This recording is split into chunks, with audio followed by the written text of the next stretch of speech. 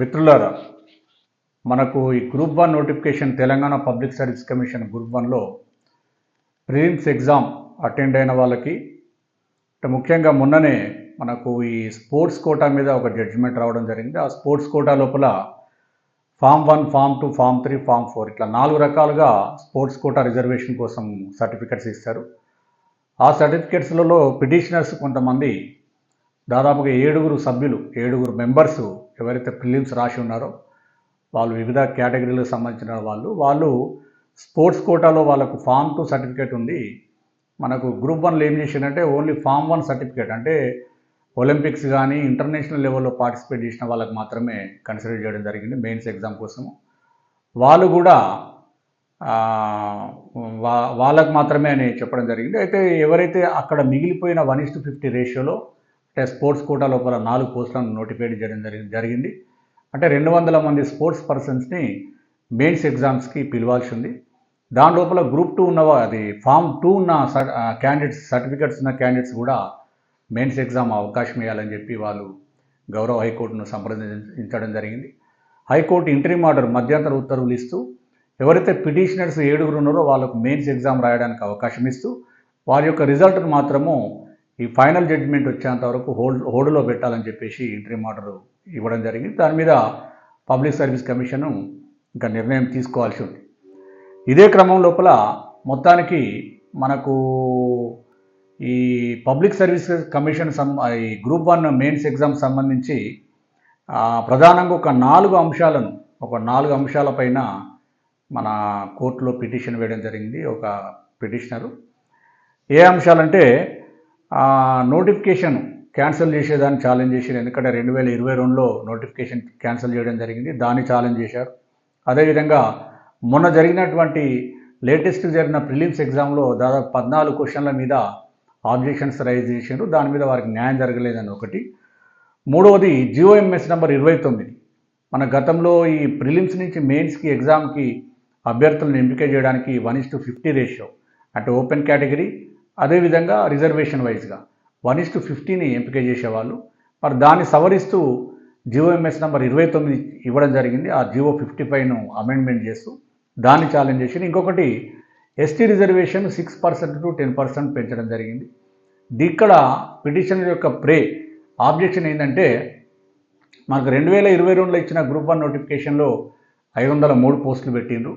మరి ఆ నోటిఫికేషన్ రద్దు చేసుకొని మళ్ళీ ఒక 60 పోస్టులను యాడ్ చేసి 563 పోస్టులకు భర్తీ చేసినప్పుడు ఇక్కడ షెడ్యూల్ ట్రైబ్ కోటా అనేది 2022లోనేమో 6% ఉండే, మరి 2024కి వచ్చేవరకు అది 6% నుంచి 10% పెంచింది. కాబట్టి ఆ 10% కోటా అనేది 60 పోస్టులకు వెళ్ళి తీయాలి. ఎందుకంటే 2022లో ఇచ్చినటువంటి నోటిఫికేషన్ ఇచ్చిన పోస్టులకు ఇది వర్తించొద్దని చెప్పేసి ప్రేలో పేర్కొనడం జరిగింది. మరి దీని మీద మనం ఒక్కొక్క పాయింట్ వైజ్గా అసలు ఏం జరగబోతున్నది, ఎందుకంటే చాలామంది విద్యార్థులు పోటీ పరీక్షలో గత సంవత్సరాలుగా కష్టపడుతూ ఉన్నారు.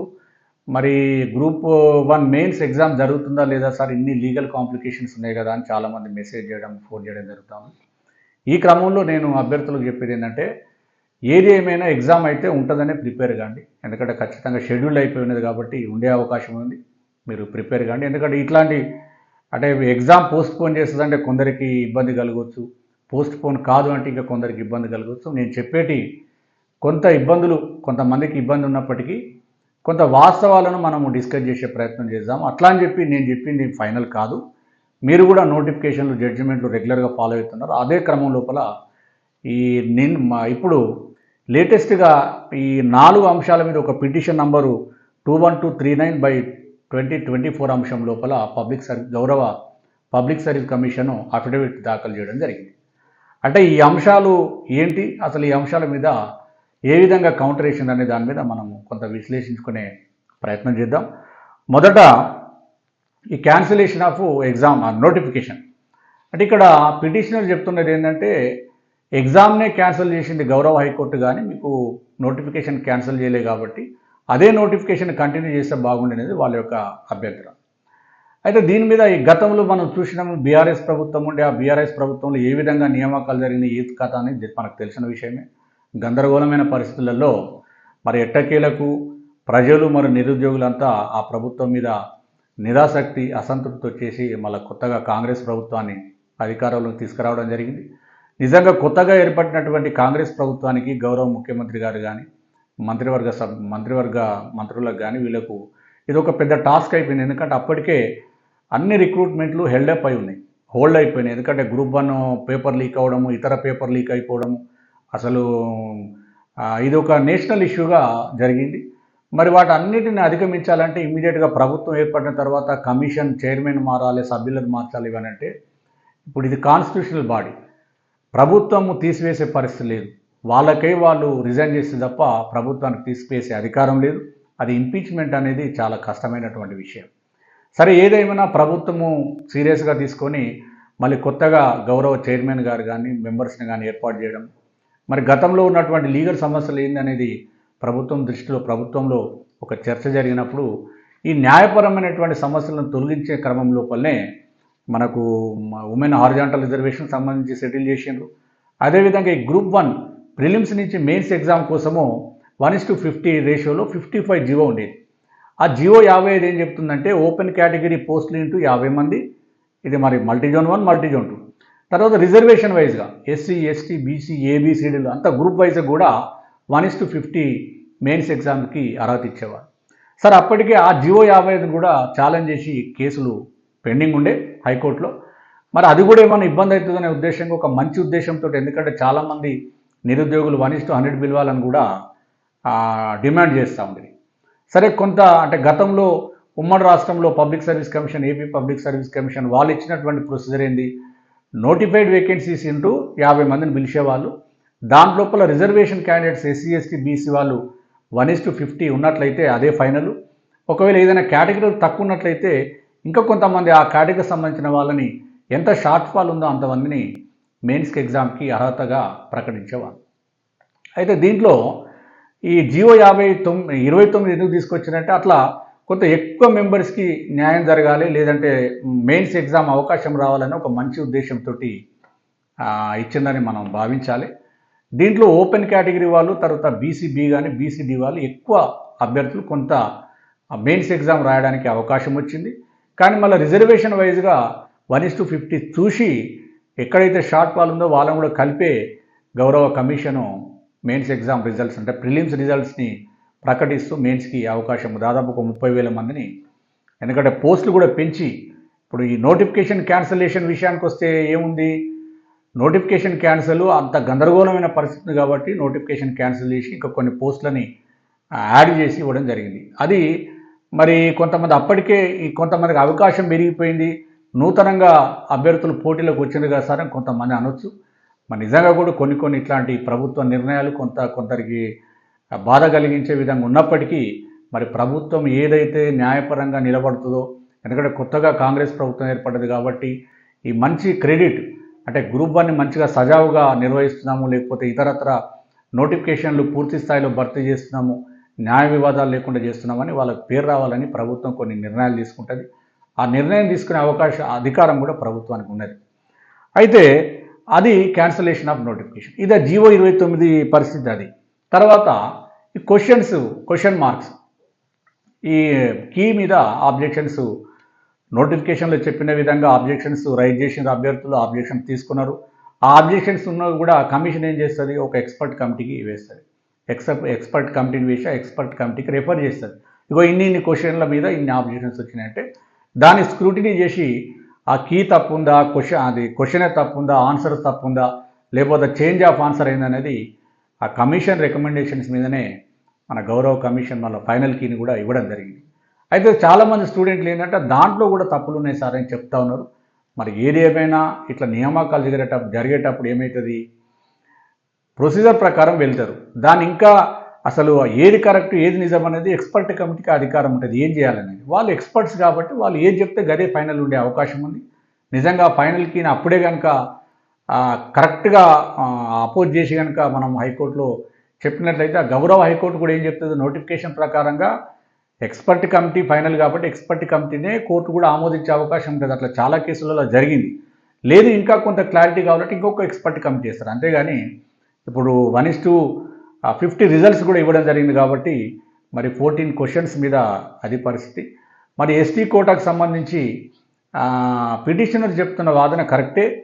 అయినప్పటికీ ఇక్కడ ఏమైందంటే ఇప్పుడు ST quota enhancement of ST quota మీదనే 50% సీలింగ్ దాటుతుందని చెప్పేసి ఇప్పటికే ఒక 7-8 పిటిషన్స్ పెండింగ్ ఉన్నాయి. అవి త్వరలోనే నెక్స్ట్ మంత్ ఫైనల్ హియరింగ్ కూడా ఉన్నట్లుగా మనకు సమాచారం ఉంది. మరి గౌరవ హైకోర్టు ఏ విధంగా తీర్పులు ఇస్తుంది? ఎందుకంటే అనేక తీర్పులు 50% సీలింగ్ దాటొద్దు, vertical reservation 50%, SC ST BC రిజర్వేషన్లు దాటొద్దని తీర్పులు ఉన్నాయి. ఆ తీర్పుల ప్రకారంగా కనుక మనకు గౌరవ హైకోర్టు డివిజన్ బెంచ్లో ఇప్పుడు పెండింగ్ ఉన్నది. ఇప్పుడు ఇది సింగిల్ జడ్జే కాబట్టి ఇక్కడ ఈ ఇష్యూ మీద పెద్దగా ఆర్గ్యుమెంట్ జరగకపోవచ్చు. డివిజన్ బెంచ్లోనే పెండింగ్ ఉంది కాబట్టి ఆ డివిజన్ బెంచ్ రేపు ఎలాంటి తీర్పు ఇస్తే దానికి కట్టుబడి ఇలా ప్రభుత్వం కానీ నియామక సంస్థలు ముందుకెళ్లే అవకాశం ఉన్నదనేది తెలియజేస్తున్నాం. మరి జీవో 29 విషయం లోపల ఏం జరిగిందంటే కొంత న్యాయపరమైనటువంటి లీగల్ ఇష్యూ మాత్రం ఉన్నది.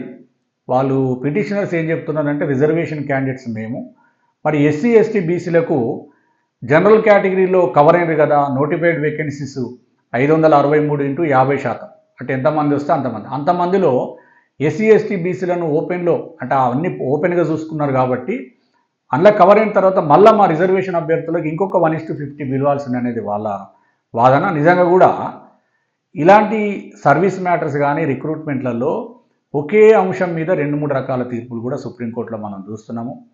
కొన్ని రిక్రూట్మెంట్లలో కొన్ని తీర్పులలో ఏం చెప్తున్నారు, మీరు కేటగిరీలో 1:50 కవర్ అయినరా లేదా, కవర్ అయితే ఇంకా సరిపోయింది కదా అని కొన్ని తీర్పులు ఉన్నాయి. కొన్ని తీర్పులు ఏం చెప్తున్నాయంటే ప్రిలిమ్స్ ఎగ్జామ్ అనేది initial starting of the process, అంటే సెలక్షన్ ప్రాసెస్ అనేది మొదట్లో, అంటే rule of reservation, schedule caste, schedule tribe, backward classes, economical weaker sections ఇట్లాంటివి వెరీ స్టార్టింగ్ నుంచే కూడా తూచా తప్పకుండా అమలు చేయాలని కూడా తీర్పులు ఉన్నాయి. మరి ఇట్లా కాంట్రవర్షియల్గా ఉన్నప్పుడు ఇలా గౌరవ హైకోర్టు మనకు ఏం చేస్తుందో చూడాలి. మరి ఏదేమైనా ఎందుకంటే ఇది ప్రత్యేకమైన పరిస్థితులు, సరే తీర్పులు ఉన్నాయి కదా అని అది అన్నిటికీ అన్వయించే అవకాశం లేదు.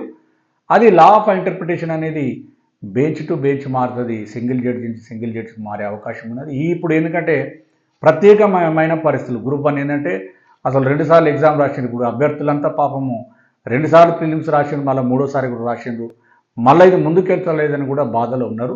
నిజంగా ఇట్లాంటివి ఏంటంటే ప్రభుత్వము ఇలాంటివి వీటి మీద లీగల్ ఎక్స్పర్ట్స్ ఉంటారు, ఐఏఎస్ అధికారులు ఉంటారు, క్షుణ్ణంగా దీన్ని పరిశీలించిన తర్వాతనే చేయవలసినటువంటి అవసరం ఉన్నది. ఏది ఏమైనా రిక్రూట్మెంట్ అంటే ఈ మెయిన్స్ ఎగ్జామ్ అయ్యే అవకాశాలు ఎక్కువగా కనిపిస్తున్నాయి కాబట్టి ఇది నా యొక్క వ్యక్తిగత అభిప్రాయం మాత్రమే. ఇదేదో మరి పోస్ట్పోన్ కావాలని అభ్యర్థులకు కొంత ఇబ్బందికరంగా ఉన్నప్పటికీ ఈ న్యాయపరంగా చూస్తున్నట్లయితే జీవో 29 కనుక కొట్టేస్తే ఏం జరుగుతుంది, ఇప్పటికే 1:50 రిజల్ట్స్ అనౌన్స్ అయిపోయినాయి. దాంట్లోపల ఎవరైతే ఓపెన్ కేటగిరీ కానీ కొంత బీసీ కమ్యూనిటీస్లో ఉన్నటువంటి ఎక్సెస్ అంటే వాళ్ళు ఆల్రెడీ కవర్ అయిన వాళ్ళు ఈ రిజర్వేషన్ వైజ్ కనుక మనం మళ్ళీ జీవో 55నే కనుక అమలు చేసి ఏమవుతుంది, కొంతమందికి మెయిన్స్ అర్హత కోల్పోయే అవకాశము ఉండే ఛాన్సెసే ఎక్కువగా కనిపిస్తున్నాయి.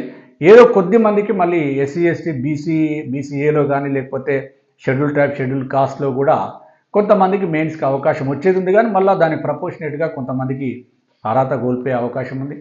మరి దీన్ని ఈ మనకు తెలంగాణ హైకోర్టు ఏ విధంగా మనకు చూస్తారని మనం వేచి చూడాలి. నెక్స్ట్ డే ఈ మంత్లోనే దానికి సంబంధించి హియరింగ్ కూడా జరిగే అవకాశం ఉంది. ఏదేమైనా మెయిన్స్ ఎగ్జామ్ యథావిధిగా జరిగే అవకాశాలు ఎక్కువగా కనిపిస్తున్నాయి కాబట్టి అభ్యర్థులు ఎవరు కూడా అక్కడిక్కడ మాటలు విని మీరు ప్రిపరేషన్ అయితే ఆపకండి, ప్రిపరేషన్ సీరియస్గా చేసుకోండి.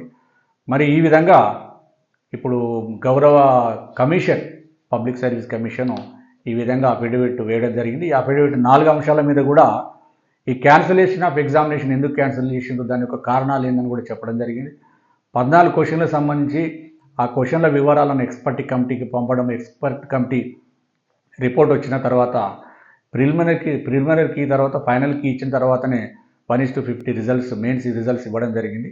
ప్రిలిమ్స్ రిజల్ట్స్ ఇస్తూ మెయిన్స్ అర్హతకు ఇవ్వడం జరిగింది. అదేవిధంగా జీవో 29 మీద ఏంటంటే ప్రభుత్వం యొక్క జీవోలను ఇన్స్ట్రక్షన్స్ను మనము ఇంప్లిమెంట్ చేసే ఏజెన్సీ కాబట్టి ఆ విధంగా ప్రభుత్వం నిర్ణయం తీసుకున్నారు కాబట్టి అదే నిర్ణయం ప్రకారంగా GOMs number 55 read with GOMs number 29 ప్రకారంగా మెయిన్స్ ఎగ్జామ్కి అభ్యర్థులను ఎంపిక చేసినట్లుగా తెలియజేయడం జరిగింది. మరి ఎస్టీ కోటా కూడా అది గవర్నమెంట్ ఇష్యూ కాబట్టి గవర్నమెంట్ నిర్ణయం ప్రకారంగా వీళ్ళు ఇంప్లిమెంట్ చేస్తున్నామని చెప్పి చెప్పడం జరిగింది. ఇది ప్రస్తుతం ఉన్నటువంటి లీగల్ పొజిషన్. ఏదేమైనా కూడా ప్రభుత్వం కూడా ఇలాంటి నోటిఫికేషన్లు అంటే ఎప్పుడైనా కూడా మనం చాలా చూడండి, ఎందుకంటే ఒక ఇష్యూ మీద జీవో ఇచ్చినా చట్టం చేసినా జీవో ఇచ్చినప్పుడు చట్టం చేసినప్పుడు 100% పర్ఫెక్ట్గా ఇచ్చే అవకాశం ఉండదు. జీవో ఇచ్చిన తర్వాత చట్టం చేసిన తర్వాత దాని లోపల ఉన్నటువంటి లోటుపాట్లు న్యాయపరమైన అంశాలు అప్పుడు బయటకు వస్తాయి కాబట్టి అప్పుడు సవరణ చేసే అవకాశం ఉంది. కానీ రిక్రూట్మెంట్స్ పిల్లల భవిష్యత్తు సంబంధించినటువంటి ఇలాంటి జీవోలు ఇచ్చినా నిర్ణయాలు ఇచ్చినా కూడా ప్రభుత్వాలు రాష్ట్ర ప్రభుత్వం ఏదైనా కానీ ఇప్పుడు ఉన్నటువంటి కాంగ్రెస్ ప్రభుత్వం కానీ ఏ ప్రభుత్వమైనా కొంత సీరియస్గా లీగల్గా దీని మీద ఎక్స్పర్ట్స్తోని ఎక్సర్సైజ్ చేసినాకనే నోటిఫికేషన్ ఇవ్వడం, రిక్రూట్మెంట్ చేయడం, అదేవిధంగా పబ్లిక్ సర్వీస్ కమిషన్ చైర్మన్ కానీ సభ్యులను కానీ పర్మనెంట్ బేసిస్ మీద రిక్రూట్మెంట్ చేయడము. తర్వాత పబ్లిక్ సర్వీస్ కమిషన్లో చాలనంత సిబ్బంది కూడా ఉన్నారు. ఎక్కువ సిబ్బందిని పెట్టి, ఎందుకంటే ఇప్పుడు గవర్నమెంట్ జాబ్ క్యాలెండర్ని రిలీజ్ చేసింది కాబట్టి పూర్తి స్థాయిలో జాగ్రత్తలు తీసుకున్నట్లనే ముందుకు పోవాలనేది మా యొక్క సూచన.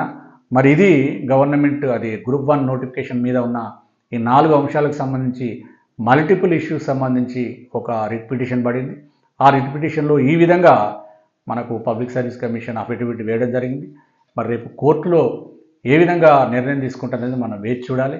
ఏది ఏమైనా ఇప్పుడు ఎందుకంటే ప్రిలిమ్స్ ఎగ్జామ్స్ నోటిఫికేషన్ ప్రకారంగానే ఎగ్జామ్ కండక్ట్ చేసిండు, తర్వాత ఎక్స్పర్ట్ కమిటీ చేసిండ్రు, ఆ క్వశ్చన్స్ మీద ఎక్స్పర్ట్ రిపోర్ట్ ప్రకారంగా ఫైనల్ కీ ఇచ్చిండ్రు, తర్వాత ఉన్న జీవోల ప్రకారంగానే రిజల్ట్స్ పెట్టినారు. కాబట్టి ఈ స్టేజ్ లోపల మరి గౌరవ హైకోర్టు మరి ఏ విధంగా నిర్ణయం తీసుకుంటుందో చూడాలి. ఏదేమైనా అభ్యర్థులు మరొకసారి ఏంటంటే ఎగ్జామ్ ఉంటుందనే ప్రిపేర్ కావాలనేది నా యొక్క సూచన. ధన్యవాదాలు. Thank you.